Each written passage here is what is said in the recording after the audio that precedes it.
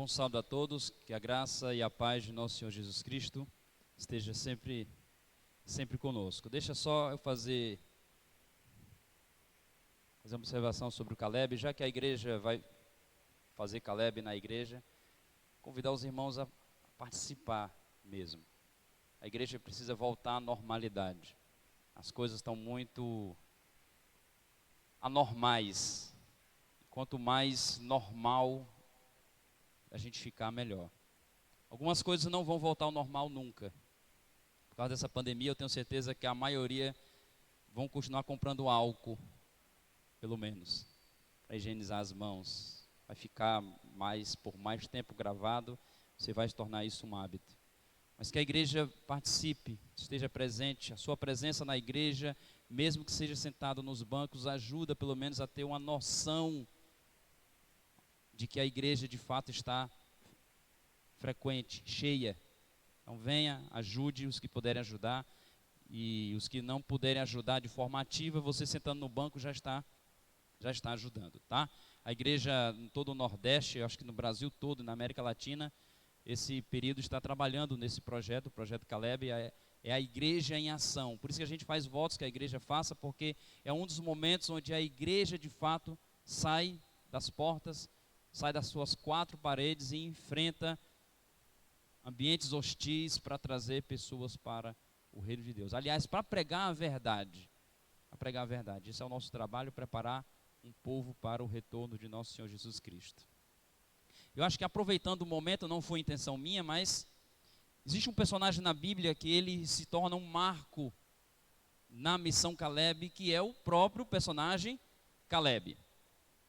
A Bíblia não fala muito sobre Caleb, a Bíblia fala muito sobre Josué. Mas Josué e Caleb eram dois amigos inseparáveis. É bem provável que você deduza muita coisa da vida de Caleb olhando a vida de Josué. Os dois eram inseparáveis. Agora vamos voltar um pouco no tempo. Imagine uma criança, uma jovem criança, que olhava para o passado do seu povo e via um passado sombrio. Uma criança que aprendeu desde jovem que ela e os seus parentes, e os seus pais, e os seus avós, e os seus bisavós, e até as gerações futuras, os seus filhos, os seus netos e os seus bisnetos, todos eram objetos no Egito. Imagine um jovem que nasce já com a mente programada para ser nada mais, nada menos do que um objeto, cuja morte nem merece um funeral. Os escravos não tinham funerais. Os escravos eram objetos. Eram pior do que os animais. E assim nasce o jovem Josué e o jovem Caleb. Imagine uma criança que não sabe muito bem como funcionam as coisas, que não entende de política, a política do Egito, não sabe o nome do faraó, não sabe que a mãe de um faraó levantou para derrubar o filho, e que depois o outro filho se levantou. Ele não entende dessas coisas.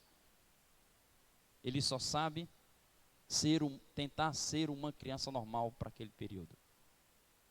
Agora imagine que uma criança que não entende de muita coisa, uma criança que não está familiarizado com as coisas, uma criança que não entende nem o porquê das coisas, que a gente, quando é criança, a gente não entende o porquê das coisas. Por isso que as crianças, na idade entre 5 e 8 anos, perguntam muito porquê. Por que o sol é assim, por que tem um arco-íris, por que isso. Então, imagine uma criança que ainda não sabe necessariamente explicar os porquês, ele não sabe nem o que é as coisas. Imagine os porquês. Do nada, essa criança vê pelas madrugadas da noite, todo mundo se organizando, todo mundo se arrumando as coisas, e ele não sabe para onde vai. Imagine uma criança que nunca arrumou uma mala na vida, porque nunca saiu de casa. Imagine uma criança que provavelmente nunca viu ninguém na vida dela arrumar uma mala. O povo foi escravo a vida toda, mais de 400 anos no Egito. Quem foi que viu alguém arrumar a mala? Pois essa criança viu seus pais arrumando as malas. Talvez ele não soubesse nem para quê. Ele viu, comeu uma refeição apressada, comeu o cordeiro da Páscoa, sem saber porquê, mas comeram. Juntou ali 2 ou 3 famílias, era assim que os judeus participavam dessa Páscoa, comeram uma Páscoa e ficaram esperando a madrugada. Imagine a dúvida de uma criança: papai, nós não vamos dormir? E o pai dizendo: filho, hoje nós vamos sair. Sair para onde, papai? Não sei, filho, sei que nós vamos sair. Imagine aquele jovem no meio da madrugada, sem luz, sem energia, saindo em direção ao desconhecido. Nem os seus pais. Seu pai, Jefoné, tinha um nome peculiar, que significa aquele que é preparado. Imagine. Talvez Caleb confiasse muito no pai, tanto por causa do próprio nome. Meu pai é uma pessoa o quê? Preparada. Se meu pai disse que nós vamos sair, nós vamos sair. E de fato saíram. E saíram rumo ao Mar Vermelho. Sem destino. Aliás, com um destino já traçado por Deus. E diria que nesse período, aquela criança ia cantando ali com as outras crianças. Eu não sei se vocês assistiram o filme O Príncipe do Egito, eu acho bonito quando o desenho mostra o povo descendo e o povo cantando os hinos que provavelmente sejam hinos de libertação, hinos de, enfim, de gratidão. Imagine aquele jovem que ainda não sabia nem por que o arco-íris tem aquele formato, já viu o Mar Vermelho se abrindo. Aquela criança que cruzou o Mar Vermelho a pés enxutos. Imagine aquela mesma criança que viu todos os dias pão cair do céu. Imagina. Imagine aquela criança que viu todos os dias cair carne do céu. Imagine a criança que viu num deserto onde a água é escassa, viu o seu povo ser embebecido de água. O povo não teve sede. Imagine aquela criança que enquanto ele crescia, a sua roupa não desgastava. Imagine. Imagine aquela criança que já jovem foi selecionado para fazer parte dos 12 espias que iam olhar a terra prometida. Caleb foi representando a tribo de Judá. E ele foi. Passou 40 dias olhando uma terra que Deus havia prometido desde os pais primeiros, Abraão, Isaac e Jacó. Imagine que o povo de Israel havia passado séculos alimentando o seu povo, e alguns já haviam perdido as esperanças, de que um dia Deus lhes daria uma terra que emanasse e que emanava leite e mel. Essa era a esperança dos esperançosos. E os desesperançosos olhavam para essa esperança apenas como uma ilusão. E a ilusão tem um problema. A ilusão serve para lhe desmotivar, e os desiludidos são sempre desmotivados. Aqueles que olhavam a promessa como uma ilusão estavam sempre o quê? Desmotivados. Mas aqueles que olhavam para a promessa de Deus como uma esperança, olhavam a promessa de Deus e a sua concretização como o alvo final e último da sua jornada de vida. Como quem diz: um dia eu vou colocar os meus pés em Canaã. E mesmo que eu não coloque os meus pés em Canaã, eu vou preparar o meu filho para colocar os pés em Canaã. E se ele não colocar os pés em Canaã, eu vou ensinar ele a ensinar os netos, os meus netos, os filhos dele, a preparar eles para colocar os pés em Canaã. Isso é uma geração esperançosa. E assim era Jefoné, criou seu filho na esperança de que um dia ele iria colocar os pés em Canaã. Não sei quantos anos tinha Jefoné, pai de Caleb. Talvez já fosse um homem já experimentado. Um homem que quebrava e construía tijolos, mas um homem que olhava para o nascente do sol, esperando: um dia Deus vai nos tirar daqui. Por quê? Porque eu sei que Caleb era um menino, um jovem completamente esperançoso. E esperança não nasce do nada. Ela precisa ser brotada. Ela precisa ser regada, cultivada, para nascer firme e forte. E assim era o pai de Caleb, a família de Caleb. Alguém esperançoso que jogava toda a esperança no coração de seus filhos. Se eu não ver Canaã, o meu filho vai ver. E se meu filho não ver Canaã, o meu neto vai ver. E assim a esperança ia passando de geração em geração, até que um dia, imagine o coração de Jefoné quando ele viu: o meu filho vai representar a minha tribo. 12 espias saíram para espiar a terra. Não sei como eles fizeram. Se eles foram todos os 12 juntos, se os 12 se separaram, ou se foi de 2 em 2. Eu sei que eles se espalharam pela terra para trazer para os líderes de Israel a informação de como era a terra. Muito bem. 40 dias depois, o povo acampado do lado de cá, Cades Barnea, esperando o sinal para passar o rio e conquistar Canaã. Aliás, conquistar não, receber Canaã, porque essa era a ideia que eles tinham, que nós iríamos, o povo de Israel iria receber Canaã da parte de Deus. Aí chega 10 dos 12 espias dizendo: não dá não. Não dá, porque a terra já tem dono. Eu acho que Deus deu a informação errada. Essa terra não é a nossa. Porque se fosse nossa, estaria o quê? Vazia. Essa terra não pode ser nossa. E os outros 2, Josué e Caleb, se destacaram e disseram: não, essa terra é nossa.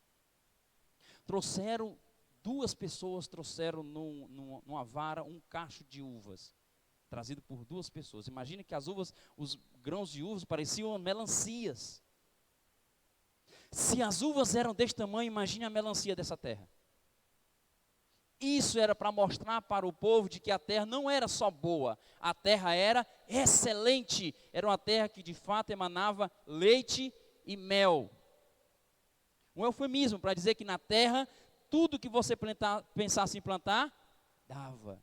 Imagine uma nação que passou a vida toda como escravos, que cruzou o deserto, que não via outra coisa além de sol, que não via outra coisa além de areia, começou a visualizar que em Canaã nós podemos plantar.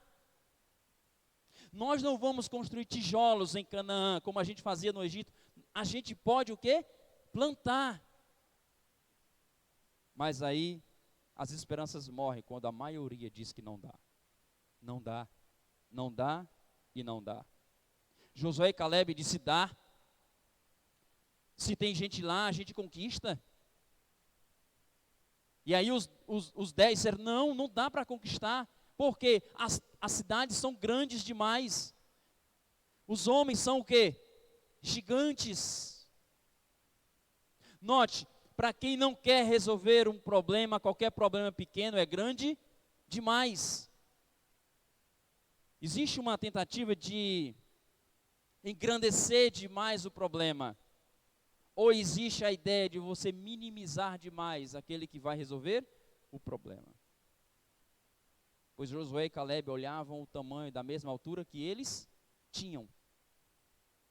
Eles não viam anaquins gigantes na terra. Eles viam pessoas que davam para serem conquistadas. Eles viam terras que davam para ser conquistadas. Eles viram cidades que davam para ser derrubadas. Aliás, e eles não viram Jericó cair? Quem é que imaginou que Jericó iria cair? Quem é que imaginou que as muralhas de Jericó seriam derrubadas? Quem imaginou que Jericó poderia ter sido de fato conquistada e não foram? Esse era Caleb. Por conta disso, Deus fez o povo voltar atrás. Passaram 40 anos circulando pelo Egito e Deus dispensou uma geração inteira. Deus dispensou uma geração inteira. Deus disse assim: eu não quero esta geração entrando em Canaã. A geração dos pessimistas, a geração dos desesperançosos. Sabe, aquela geração que olha os problemas e diz assim: não dá, não podemos, não temos condições. Você conhece gente assim? Não, isso não dá para fazer, a gente não pode fazer isso, a gente não consegue fazer isso. A gente não tem capacidade de fazer isso. A gente não é maior do que o que a gente consegue visualizar. Você conhece gente assim? Pois é, esta é a geração que Deus dispensou. Deus disse, dos 10 que representaram os espias, as 10 tribos de Israel que foram representadas naqueles 12 espias, esses 10 que representam os pessimistas, eles não herdarão a terra, porque a terra prometida, não é dos desesperançosos, não é dos pessimistas. É como Deus dizendo, a minha promessa, ela é para quem tem esperança, a minha promessa é para quem é otimista, a minha promessa é para quem acredita, é para quem acredita em mim, já que eu dei, eu vou dar um jeito de realizar. Era isso que Josué e Caleb tinham em mente, porque não só eles, porque os pais deles, porque a geração de Josué e Caleb, os filhos foram ensinados a esperar por Deus tudo. Não a esperar por Deus, a esperar em Deus. E eram jovens que eles eram tão otimistas, que o otimismo deles faria qualquer um de nós passar vergonha. Talvez se você estivesse lá, talvez você fosse um dos 10. Seria normal, se você fosse um dos 10. Seria absolutamente normal, se você pensasse. Imagine aí, vamos olhar para Israel. Façamos de conta que você está lá, atrás, em o povo de Israel. Um povo escuro, queimado do sol. Um povo com as mãos encaliçadas de quebrar e construir tijolos. Um povo dos pés achatados, da areia quente do Egito. Um povo que não costumava nem tomar banho por não tinha água no Egito. Um povo magro, uma refeição por dia. Uma refeição por dia. Um povo magro. Um povo sem posses. Um povo sem armas. Um povo sem escudo. Um povo sem lança. Um povo sem um comandante de guerra. Moisés não era um comandante de guerra, apesar de fazer guerra. Comece a visualizar o povo de Israel e se pergunte, será que Israel tinha condições de conquistar Canaã? Você estaria no mesmo lugar que os 10 estavam. E teria provavelmente a mesma opinião dos 10. Porque a realidade era que era humanamente impossível o povo de Israel conquistar Canaã. Por isso que a gente chama de fé. É olhar para as coisas além da própria realidade, porque a fé tem essa particularidade, faz você enxergar aquilo que não existe como se existisse. Os 10 olharam para um povo cansado, para um povo sofrido, e disse, esse povo aqui vai conquistar aquela terra? Não vai, porque eles estavam olhando com os olhos da realidade, e a realidade é essa. A realidade sempre foi nua e crua, a realidade nunca foi boa, aliás, a realidade sempre foi pessimista, a realidade sempre construiu pessoas pessimistas, mas quando Josué e Caleb olhavam para trás, eles não viam um povo cansado, eles viam por detrás desse povo, eles viam uma nuvem, uma nuvem cobrindo, e à noite eles viam uma coluna de fogo e disse, talvez esse povo não tenha condições de conquistar Canaã, mas o Deus que trouxe eles até aqui tem condições de fazer isso e muito mais. Josué e Caleb não olhavam para um povo cansado, mas olhavam para um Deus estimulado a dar para eles a terra de Canaã. Muito bem? Deus dispensa uma geração inteira. E agora? Caleb e Josué, já velhos. Quando eu digo já velhos, já experimentados, não idosos, mas já experientes. Caleb toma a liderança, não é dado a ele a liderança. O grande líder Moisés fecha os olhos antes de cruzar o rio, antes de passar para o outro lado. E agora Josué tem agora a missão de levar o povo de Israel a conquistar Canaã. E aí existe todo um episódio de batalhas, guerras e conquistas. O tempo passa. Depois de conquistar um bom território, nós temos agora o nosso texto. Abra sua Bíblia em Josué, capítulo 14. Josué, capítulo 14.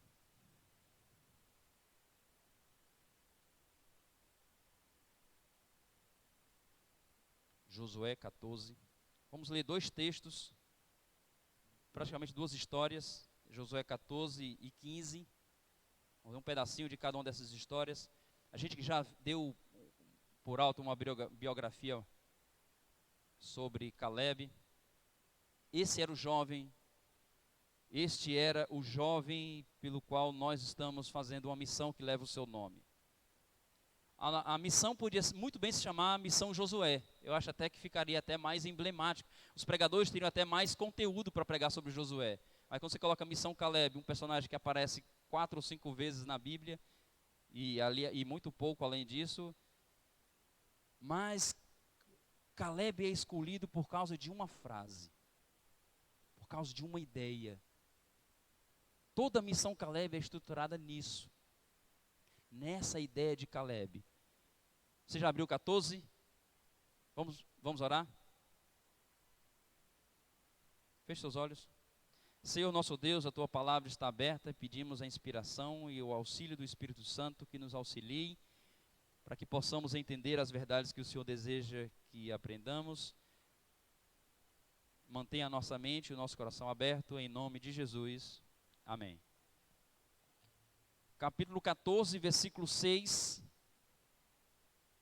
Todos encontraram? Diz assim o texto: chegaram os filhos de Judá a Josué, e eu digo os filhos de Judá, lembrando que Caleb era um dos filhos de Judá. Então, Caleb possivelmente já era o líder da sua turma, da sua tribo. Então, chegaram os filhos de Judá a Josué, em Gilgal, e Caleb, filho de Jefoné, o quinezeu, lhe disse: tu sabes o que o Senhor falou a Moisés, homem de Deus, em Cades Barnea, a respeito de mim e de ti. Então Deus chamou os dois e Deus disse: vocês vão sobreviver. Eu não quero a geração dos 10, eu só quero 2 gerações em Canaã, que é a geração de Josué e a geração de Caleb. Tinha eu 40 anos quando Moisés, servo do Senhor, me enviou de Cades Barnea para espiar a terra, e eu lhe relatei como sentia o quê? No coração. Note, Caleb fez a questão de dizer que ele relatou não o que os olhos viram, mas relatou o que o seu coração dizia. E a gente entende aqui coração, vamos entender aqui coração como uma parte emocional do ser humano, não como uma parte racional. Racionalmente os 10 olharam e não viram condições de ter a terra, mas o coração de Caleb pulsou e disse: essa terra é nossa. E ele vai relatando, descrevendo para Josué: mas meus irmãos que subiram comigo desesperaram o povo. Eu, porém, perseverei em conseguir o Senhor, meu Deus. Então Moisés naquele dia jurou, dizendo: certamente a terra em que puseste o pé será tua e de teus filhos, em herança perpétua ou perpetuamente, pois perseveraste em seguir o Senhor, meu Deus. Eis agora, o Senhor me conservou em vida, como prometeu, 45 anos. Desde que o Senhor falou esta palavra a Moisés, andando Israel ainda no deserto. E já agora sou de 85 anos. Aqui nós temos Caleb descrevendo a sua situação para o seu amigo Josué. Amigo, você lembra como tudo começou? A gente era jovem, diga-se passagem, 40 anos naquele período, era um período mais jovem, eram jovens. 40 anos hoje já era quase, enfim. 2 jovens. Você lembra? Lembro, amigo. Você lembra o que Deus prometeu para nós? Lembro. Você lembra que Deus disse que onde nossos pés pisarem, aquele local seria nosso? Lembro. Você lembra que só foi nós 2? Só sobrou nós 2? Lembro. Pois é. Não sei quantos anos tinha Josué, mas vamos imaginar que eles tinham a mesma idade. Hoje nós somos já avançados. Hoje eu tenho 85 e você provavelmente tem a mesma coisa. E ele continua: eu estou forte ainda hoje.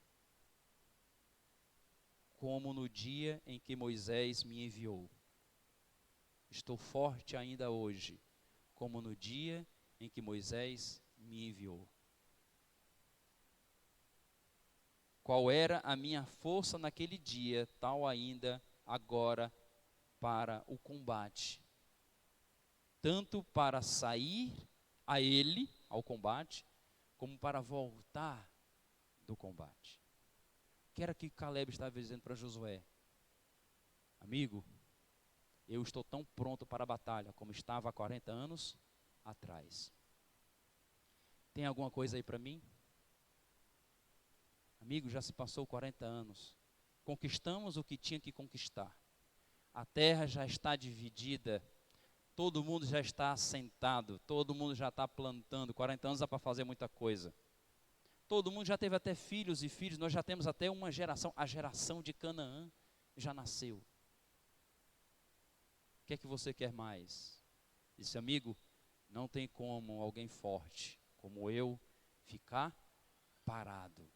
Não tem como alguém com o vigor que eu tenho ficar parado. Por isso que ele disse para Josué, amigo, eu estou hoje com 85 como do mesmo jeito que estava quando eu tinha 40. E quando eu tinha 40, eu olhei para essa terra, uma terra que emanava leite e mel, e não vi gigantes, eu vi situações, eu vi condições de eu crescer, eu vi condições, se eu estou vivo, e se eu estou com saúde, essa terra para mim é um desafio. E com 40 anos, o que Caleb e Josué olharam na terra foi a possibilidade de serem desafiados.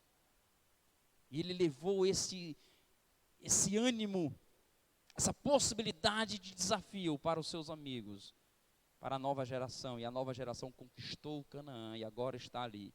Caleb com 85 anos, dizendo, eu quero fazer a mesma coisa que eu fiz há 40 anos atrás. Agora, pois, dai-me este monte, de que o Senhor falou naquele dia, pois naquele dia ouviste que lá estavam os anaquins, a terra dos gigantes, e grandes, fortes cidades. O Senhor, porventura, está comigo para os desposar, como prometeu. Aqui está Josué com tudo pronto, a terra toda, o povo todo assentado, o povo todo tranquilo. Agora ele poderia estar sentado numa cadeirinha de balanço ou sentado numa rede na sombra bebendo água de coco, mas não. Ele olhou e disse, eu tenho o mesmo vigor que eu tinha de 40 anos atrás e eu não quero sentar numa rede, como diz o Raul Seixas, com a boca escancarada, esperando a morte chegar. Não. Eu quero conquistar, porque para os conquistadores, conquistar é mais do que uma ação. É um próprio estilo de vida. A conquista para a geração de Caleb, a conquista para a geração de Josué é mais do que um ato, é mais do que uma ação, é um estilo de vida. Os conquistadores estão sempre o quê? Conquistando. E assim era Caleb, assim era Josué.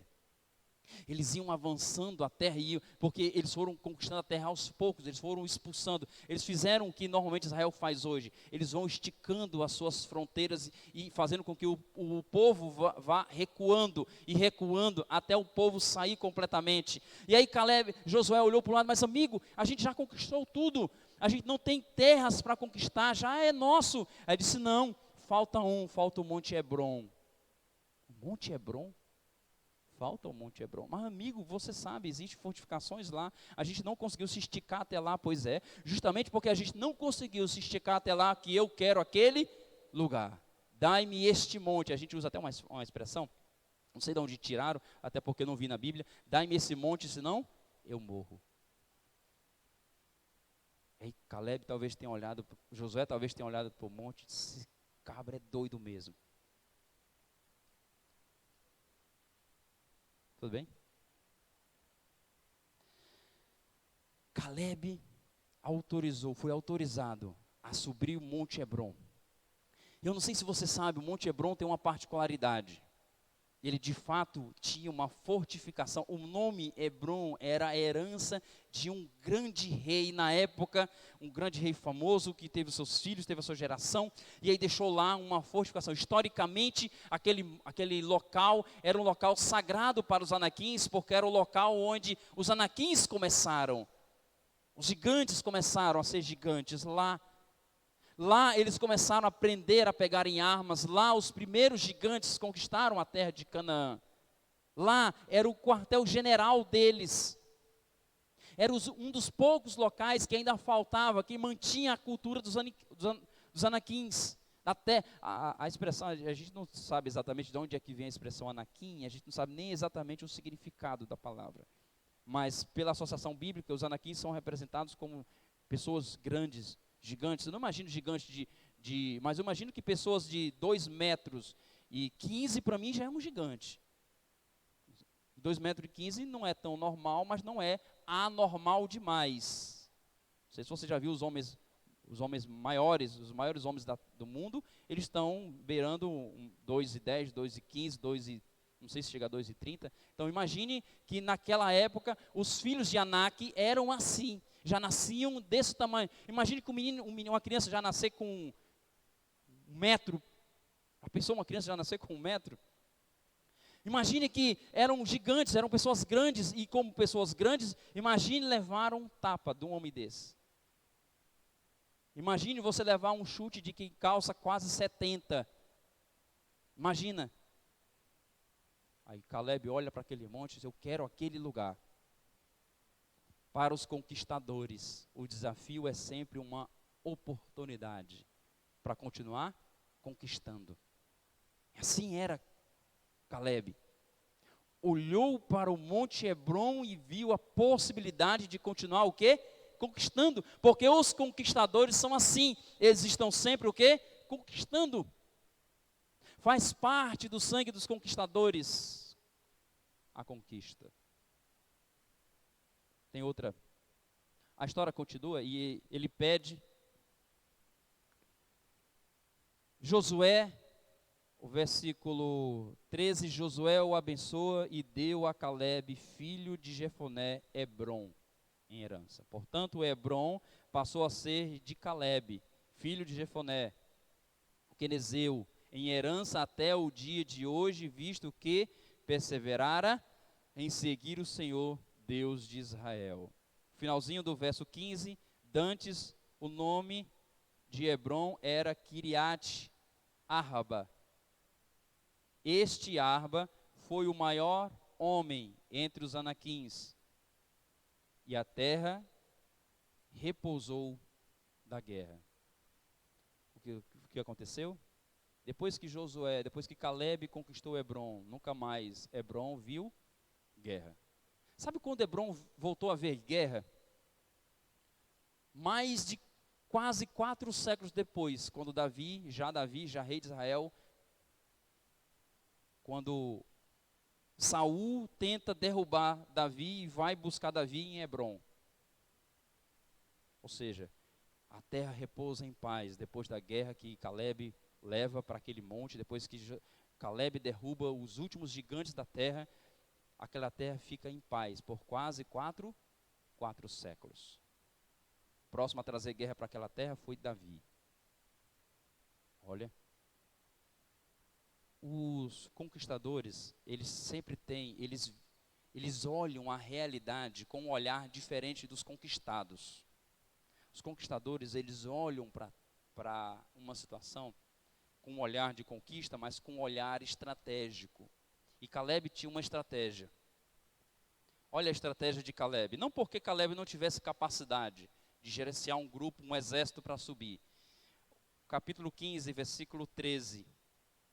Vamos encerrar? Vamos encerrar.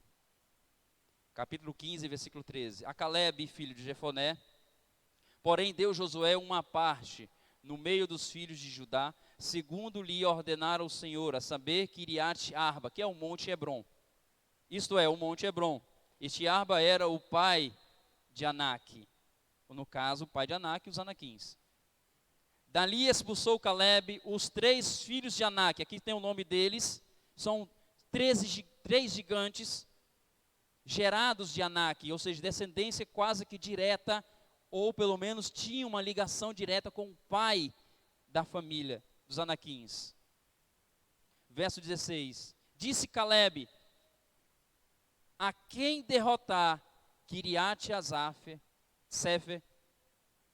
e a tomar, essa é uma cidade, darei a minha filha Axa por herança. A terra, eles foram conquistando, e quando chegou na fortificação, depois de derrubar os 3 grandes Anaquins, ele chegou e disse assim: olha, quem conquistar a fortificação daquela cidade, quem derrubar a cidade, a quem fizer isso, eu vou dar a minha filha para casamento. Naquela época, uma filha era muito mais do que uma moça, uma filha carregava todo o sangue de uma nação. Casar com a filha de Caleb é ter a mesma responsabilidade que teve quem? Caleb. Não estou apenas dando uma moça para você casar. Eu estou dando a herdeira de uma geração. Era mais ou menos essa a imagem que Axa levava. Eu sou a geração de meu pai. Quem casar comigo vai herdar aquilo que meu pai herdou. Para casar comigo tem que ser pelo menos metade daquilo que meu pai foi. E aí aparece uma outra lição importante entre os conquistadores. Todo bom conquistador gera sempre outros conquistadores. E aqui Caleb gerou de sangue uma conquistadora, Axa. Já já a gente vai ver não vai entrar em detalhes, mas já já a gente vai ver uma frase dela que já classifica ela como uma conquistadora. Filha de quem não podia ser menos do que uma conquistadora. E aí aparece um outro personagem que aparece a primeira vez agora, mas posteriormente vai aparecer no livro dos Juízes, que é Otoniel. Otoniel se torna um juiz em Israel, mas antes de se tornar um juiz, antes de se tornar um líder, ele aparece, verso 18, quando se foi a Otoniel, insistiu com ele para que pedisse um campo ao pai dela, e ela apeou do jumento. Então Caleb lhe perguntou: o que desejas? Aí ela respondeu: dai-me um presente, deste-me terra seca, dai-me também fontes de água. Então lhe deu as fontes superiores e as fontes inferiores. Otoniel vai lá, conquista, se casa com Axa, e aí é onde ela se torna conquistadora. Pai, você me deu a terra, você me deu o marido foi lá, conquistou, o marido é bom, é igual o senhor, conquistador, mas a terra não é boa, está faltando água. Eu quero as fontes de água. Ou seja, uma moça naquela época, ter tamanha ousadia com o pai, como quem Caleb pensa assim, essa filha não nega o sangue dela. Lhe dou as fontes superiores, as fontes de cima, e lhe dou as fontes de baixo. Vai ter água lá de cima e vai ter água embaixo. E Otoniel se casa com ela, e posteriormente, quando Israel precisa, quando os filisteus começam a tentar conquistar a terra, ele se levanta como juiz, porque herda de Caleb a capacidade de liderar uma geração. A geração dos Calebes. Está vendo por que a gente usa o nome Caleb no nosso programa? Porque nós somos esta geração. Se não somos, deveríamos ser. Você é chamado para ser, pelo menos neste mês, jovem, você é chamado para ser a geração de Caleb. A geração dos conquistadores. A geração daqueles que vai num ambiente escuro, sombrio, devastado pelas trevas e vai tirar pessoas. Vai conquistar pessoas. Não existe coisa pior do que o mar das trevas, da ignorância, da mentira. Talvez você não tenha passado pela experiência de fazer uma pessoa deixar de crer na mentira para crer na verdade. Talvez você nunca tenha passado pela experiência de dizer assim: nossa, nunca me ensinaram isso. Onde é que eu estava que nunca vi isso? Existe uma geração inteira se perdendo, e se perderão se a geração de Caleb não se levantar. Deus lhe chama hoje, às vésperas da Missão Caleb. Deus lhe chama hoje para vestir você com a camisa cujo emblema é: eu sou geração Caleb. Eu sou mais do que um jovem. Eu sou mais do que uma jovem. Eu sou mais do que um irmão da igreja. Eu sou mais do que um diretor de igreja. Eu sou mais do que um ancião. Eu sou mais do que um sonoplasta. Eu sou a geração Caleb. Eu sou daqueles que faz diferença. Eu sou daqueles que sente amor pelas almas. Eu sou daqueles que olham para as pessoas lá fora como Jesus as olharia. Potenciais membros do reino de Deus. É assim que cada pessoa é. Um potencial ao reino de Deus. Um dia eu estava em casa. Um dia eu estava perdido nesta mesma ignorância. Um dia eu não conhecia a verdade e tudo para mim que é mentira, para mim era verdade. Para mim ir à missa era verdade. Para mim rezar terço era verdade. Para mim participar do grupo de jovens e conversar sobre coisas da igreja, para mim era a verdade. Até que um dia alguém, um Caleb, chegou para mim e disse: essa não é toda a verdade. Ele não começou dizendo que eu estava crendo na mentira. Ele começou dizendo: eu tenho uma outra verdade para lhe colocar. E esta outra verdade, que ele disse que era uma outra verdade, se tornou a minha verdade. A palavra de Deus é a verdade que Deus quer que essas pessoas conheçam. E ele insistiu comigo quase um ano, pacientemente. Ele insistiu e me levou às águas batismais há mais de 20 anos atrás. Tenho certeza que alguns de vocês tiveram a experiência de ir a alguém, mesmo que não fosse com a camisa de um Caleb, mesmo que não fosse um jovem, mesmo que não fosse janeiro. Alguém da geração de Caleb bateu à sua porta, conversou sobre Jesus, lhe trouxe para a igreja, lhe fez conhecer a verdade que você conhece hoje. Deixa eu terminar com essa frase: a verdade que você conhece hoje não é verdade se ela não alcançar outras pessoas. Só é verdade se essa verdade aquecer tanto o seu coração, a ponto de dizer: eu não posso deixar de pregar essa verdade, porque eu era cego e agora vejo. Não posso deixar outras pessoas cegas como eu estava antes. Se você ainda não tem o desejo, esse tipo de desejo no seu coração, não se preocupe, nem tudo está perdido. Deus coloca esta vontade no seu coração, se você assim pedir. Pois quem é o pai que ao filho pedir coisas boas lhe dará coisa ruim? Assim é o nosso Deus. Peça a Ele amor pelas almas. Peça a Ele desejo de ter amor pelas almas. E eu lhe garanto que jamais Deus vai lhe recusar esse pedido.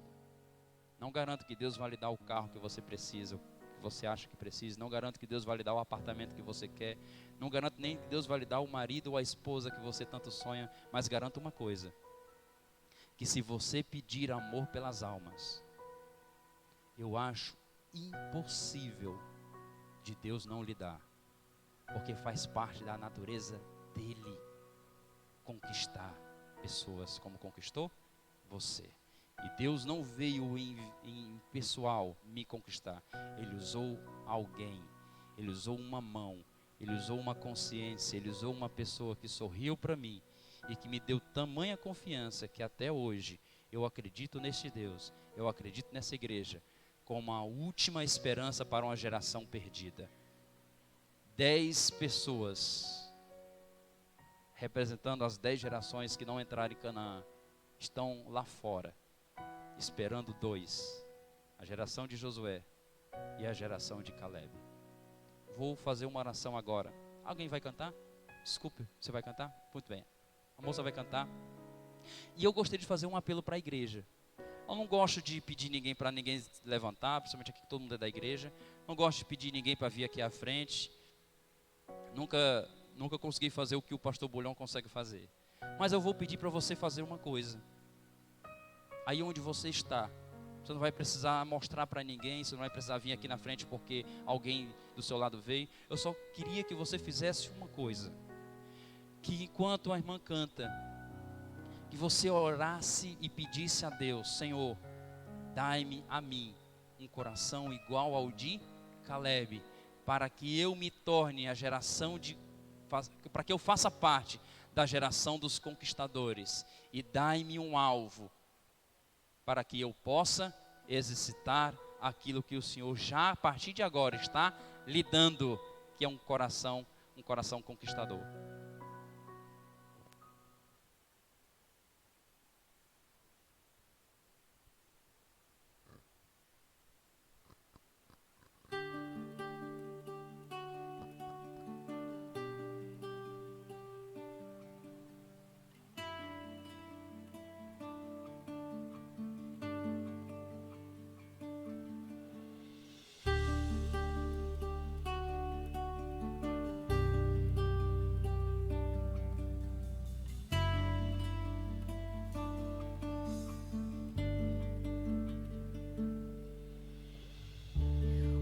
Onde passam meus pés, onde tocam minhas mãos, onde a vida já não tem valor, onde a morte feriu, onde a dor afligiu, eu irei partilhar teu amor.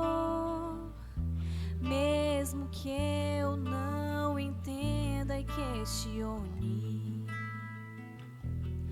que o teu nome seja sobre os homens, é o que eu te peço, Pai,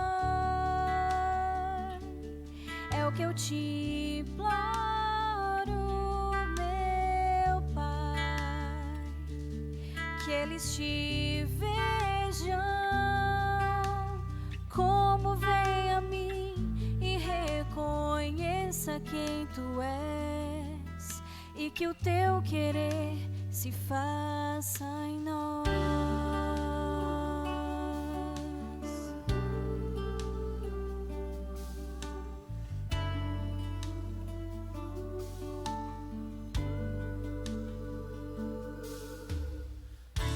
Consolar multidões, atrair corações, é o reflexo dos feitos de tuas mãos.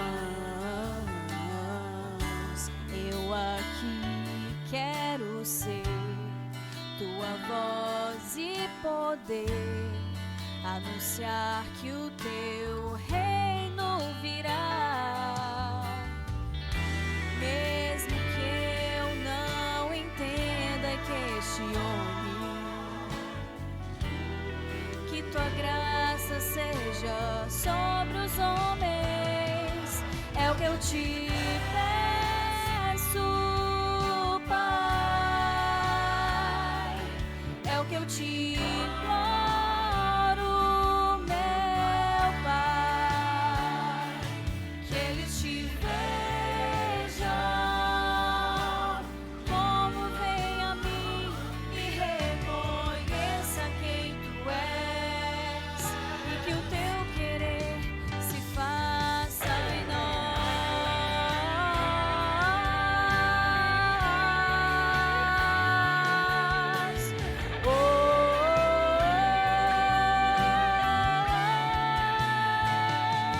Que eles te vejam como vem a mim e reconheça quem tu és, e que o teu querer se faça em nós.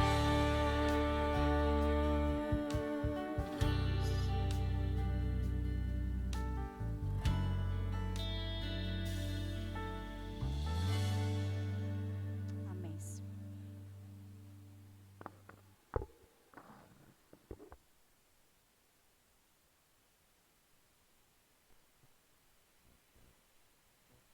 Oi. Senhor nosso Deus, nós te agradecemos, porque o Senhor nos inspira. O Senhor, como um grande conquistador, acabou um dia nos conquistando, nos trouxe até esse lugar de adoração e nos apresentou a verdade. Hoje, libertos do mal, libertos do erro, do engano, nós estamos aqui agradecidos, porque o Senhor, como o maior e o grande dos conquistadores, nos conquistou para a salvação eterna em Cristo Jesus.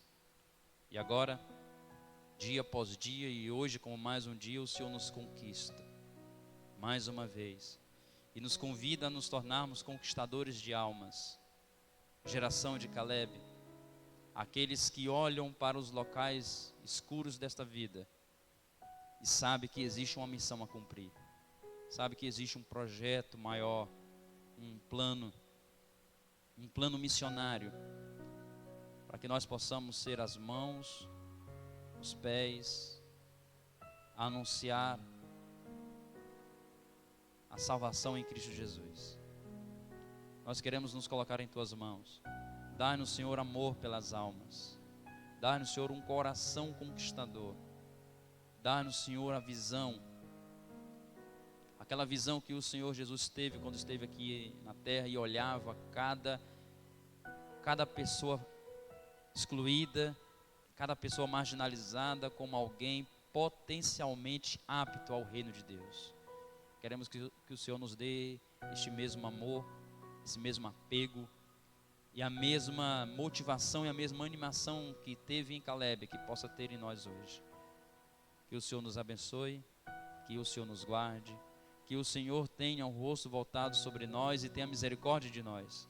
Que o Senhor sobre nós levante o rosto e nos dê a paz. Em nome de Jesus.